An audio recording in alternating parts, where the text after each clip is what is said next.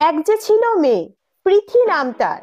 TikTok থেকে পথ চলা শুরু হয়েছিল যার। টিকটকের বিদায়ের পর ইউটিউবে এলো। ইউটিউবে এসে আরো জনপ্রিয়তা পেল। পুরনো প্রেম গিয়ে জীবনের নতুন একজন সোশ্যাল ইনফ্লুয়েন্সার, নাম তার বাপন। সোশ্যাল মিডিয়াতে তার আরেকটা নাম আছে, বং রন। সম্পর্কের পর রণপ্রীতিকে মানুষ বেশি দেখতে চায়। এরপর ইউটিউবার হিসাবেও রন জনপ্রিয়তা পায়। রনের বাড়িতেও পৃথিকে সবাই ভালোবাসে। এরপর রন পৃথির জীবনে নতুন দিক আসে। তার মধ্যে রনের দিদি দীপিকা পৃথির হাত ধরে ইউটিউবে পা রাখে। ভিউজের লোভে পৃথির সাথে ভালোবাসার অভিনয় করতে থাকে। বিয়ে না করেই পৃথি রনের বাড়ি থাকে। ঘরটাকে নিজের মতন সাজিয়ে গুছিয়ে রাখে। রন পৃথি রেজিস্ট্রি করে নেয়। সামাজিক না হলেও আইনত বউ হয়ে যায়। হঠাৎ একদিন পৃথি তার বাড়ি ফিরে যায়। ইউটিউবে ভিডিও দেওয়া বন্ধ করে দেয়। রন অন্যদিকে কোনো ভিডিও দেয় না।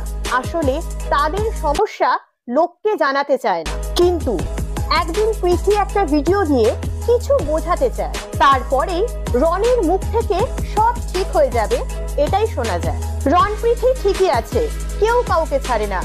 কিন্তু রনের বাড়ির লোক পৃথিকে মানতে পারে না। বিয়ের আগে পৃথির শ্বশুর বাড়িতে থাকা রনের পরিবার মানতে পারেনি। সেই বিষয়ে পৃথিকে কথা শোনাতেও ছাড়েনি। 2 বছর হয়ে গেল, কিন্তু বিয়ে হবে হবে বলে পেছনে আসল কথা সব আড়াল করে চলে। তার মধ্যেই রনের দিদিও রন পৃথির এই ঝামেলা নিয়ে ভিডিও করে। লোকের সামনে ভালো সেজে কূটনীতি করে ঘরে।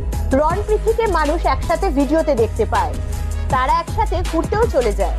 তারপর রন একটা ভিডিও দেয়, তাতে দেখায় রনের দিদি দীপিকা রনকে মারতে চায়। দিদির বর ঘুষ খেয়ে চাকরি পায়।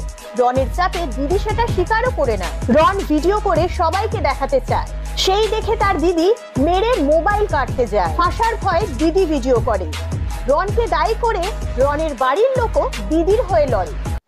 এমনি দিদি হলে শত্রুর অভাব হবে কিভাবে? স্বার্থে ঘা লাগলে নিজের লোকও শত্রু হয়ে যাবে। সোশ্যাল মিডিয়া না থাকলে কত মানুষই পর্দার আড়ালে থেকে যেত। তাদের আসল রূপ কি সবাই দেখতে পেত?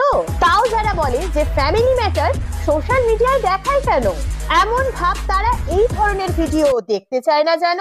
না দেখালে তো মানুষ ভুলভাল বলবে পরে। ভিউজের জন্য নাকি এই সব ঝামেলা করে। জানি না কে কি ভাবলো, কিন্তু আমি এটাতে নাটক নয়, আসল ঘটনাই দেখতে পাই। কেউ কি সোশ্যাল মিডিয়াতে নিজের পরিবারকে ছোট করতে চায়? তারপর রনের দিদি দীপিকা ঘুমের ওষুধ খেয়ে মরতে যায়। তাকে হসপিটালে না নিয়ে ভিডিও করে ঘটনা সবাইকে জানায়।